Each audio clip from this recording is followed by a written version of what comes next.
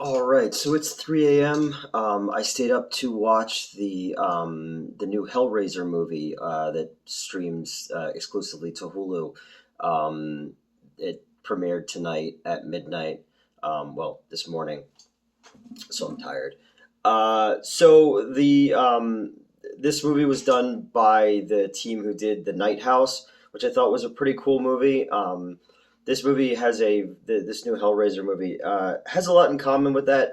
The look and the tone of it is very similar.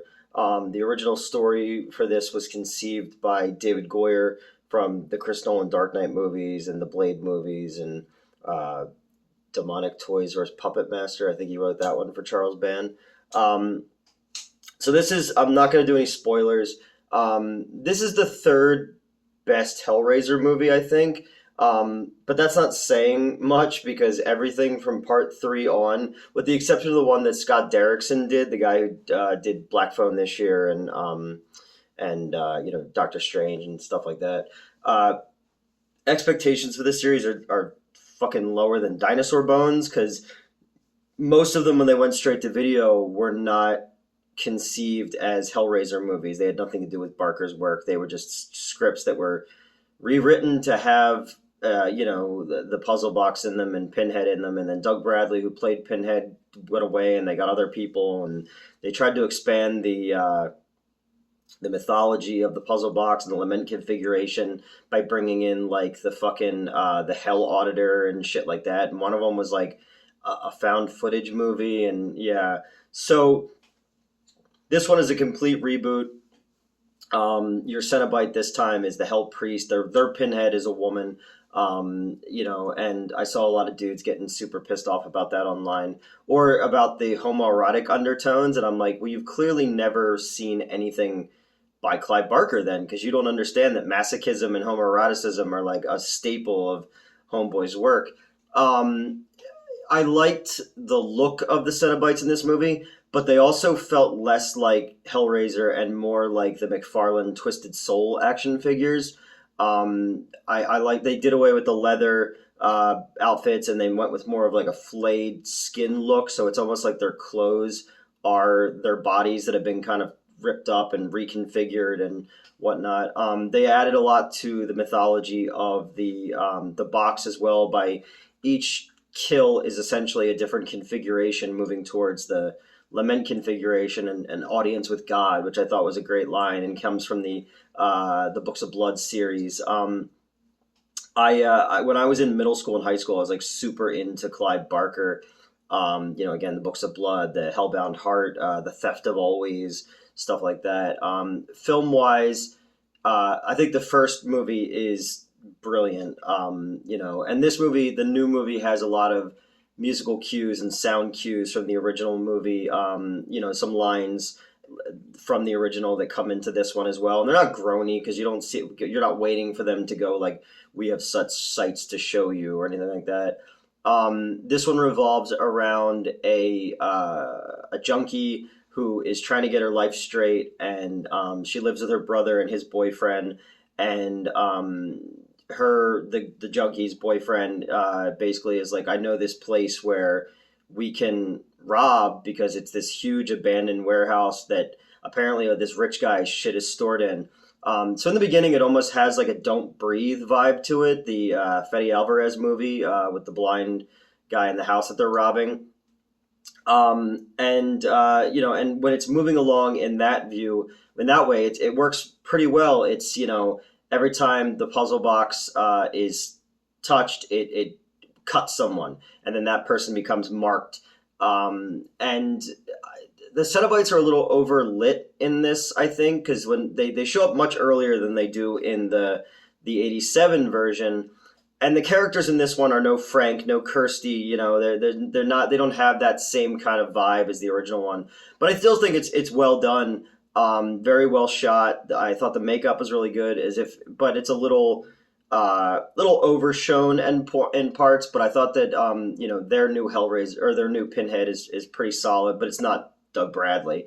But it's only once you kind of get into the story and they go to the house where the guy who set the whole story in motion, this ultra rich guy who he wanted to experience pleasures beyond, you know, normal men and all that, and so he finds out about the puzzle box and taps into it, and the Cenobites give him a gift, which is this fucking weird artifact that's sticking through his back and through his chest, and his nerves are tied to it, and he wants to feel things that, because he's rich and he's done everything, so the Cenobites are constantly twisting it, but they do it just so he can never go numb to it, so he's always feeling some sensation.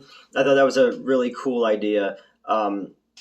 But once they get to the house, it becomes very unfocused. It's got like a kind of a Night of the Living Dead vibe from that point, where like the Cenobites are locked outside while our heroes are inside, and there's some cool kills. The brother's boyfriend's friend is, kind of goes into the wall, and the chains get her, and they fucking rip her back out and stuff like that. And there's some solid gore in it, but I thought there would be more. Actually, it felt, I don't know, it didn't feel toned down, but it didn't feel on par with the sheer masochism of the first two movies. Because again, like I said, first one, the scene of Frank coming back alive onto the floorboards is just fucking brilliant practical effects. And they do something a little bit like that when the rich guy in this one, his like, when the machine falls out of him, they do the thing where like his body's like going back together, but it's not quite the same. I don't know. I liked it. Like I said, it would be the third best of the Hellraiser movies. It just felt, it got to a point where they were kind of going inside, then going outside, then the exposition drops, and it just became kind of unfocused at that point. It felt like it was missing something, but it's so much fucking better than the dozens of Hellraiser direct-to-video sequels that came out when the Weinsteins and Dimension, well, they were the Weinsteins, had the movies, and they were just fucking terrible. The second one is probably my favorite, just because I love the idea of going into the labyrinth, and I don't know, I think that one's really, really cool. The idea of the mattress from the first movie, and the doctor, and the psycho is like slashing his body up on the carpet or on the thing to bring Julia back, and the visuals in that are really, really cool. Yeah, I liked it. I think because it's late, I'm kind of not giving it its props, but it's cool to see it taken seriously, and it's a good looking movie. Again, this is the second movie that Hulu has done where it should have played in a theater. This could have played in a theater and done well. Prey could have played in a theater and done well, but instead they're dropping it to Hulu. When it comes to Barker's work, Rawhead Rex is pretty fucking terrible. I love the concept of Nightbreed, but in execution, it left something to be desired. But again, I've never seen the Cabal cut, which I've always wanted to see, because I love the idea of Midian and the creatures in that one. And a movie that doesn't get talked about a lot that he did, I think it was his last directing movie, was Lord of Illusion, with Scott Bakula, Famke Janssen. That's a good fucking movie. And I was confused because apparently I saw the director's cut, and the regular version was streaming, and I was like, wait a minute, there's fucking scenes missing out of this movie when I saw it on streaming. There's like a scene where Famke Janssen's having sex with Scott Bakula. There's a scene where the guy who's buried, who's the magician, like, he's been awakened, so it makes all of his cult members basically kill their families and their people at their jobs in fucked up ways, and then go out into the desert to rejoin him. And I was like, oh, that's a fucked up, awesome scene, but it wasn't in the version that's streaming. So I was like, wait, did I make that up? And then I looked it up and saw that it was the director's cut. This movie shot really well. It's got a lot of that like kind of blue tone where it almost looks like a early 2000s movie, like a Panic Room, Fight Club, Underworld type of vibe to it. The acting is fine. Again, like I said, I didn't latch on to the characters as much as I did with Kirsty and Frank and Julia in the first movie. It lacks that masochistic, but for the most part, I'm not shitting on it. I liked it a lot. I'm just, I don't know. No, it was good. It was really good. You know what? I don't know what I'm talking about. I'm trying to be objective about it. And, but there is so much fucking worse in this franchise that it doesn't set the bar very high to be the third best Hellraiser movie. But I think that now that they've set the groundwork, and they've expanded the idea of each configuration being something different and the box being more of its own character and changing shape and all that. I'd like to see more of this. I'd like to see where they go with with these Cenobites and but maybe make them more Cenobite and less lost souls or tortured souls or whatever it was. But for the most part, this was solid. It kept my attention the entire time. It's just once they get to the house, it just gets a little unfocused. But I dug it, and maybe there'll be some kind of like director's cut or something that's a bit more brutal than what Hulu was prepared for. But it's late, so I'm gonna go to sleep. But I just wanted to pop on real quick and talk about it. I don't give things ratings or anything like that, but it was cool to see it done professionally and having some fucking balls again instead of just being these shitty direct to video movies where you know whatever fucking terrible. Then the third one had like dumbass Cenobites like camera head and CD head and whatnot. It's like what? Yeah, I want to do. I want to see the Cabal cut, and I definitely want to do Lord of Illusion at some point because that movie's fucking awesome.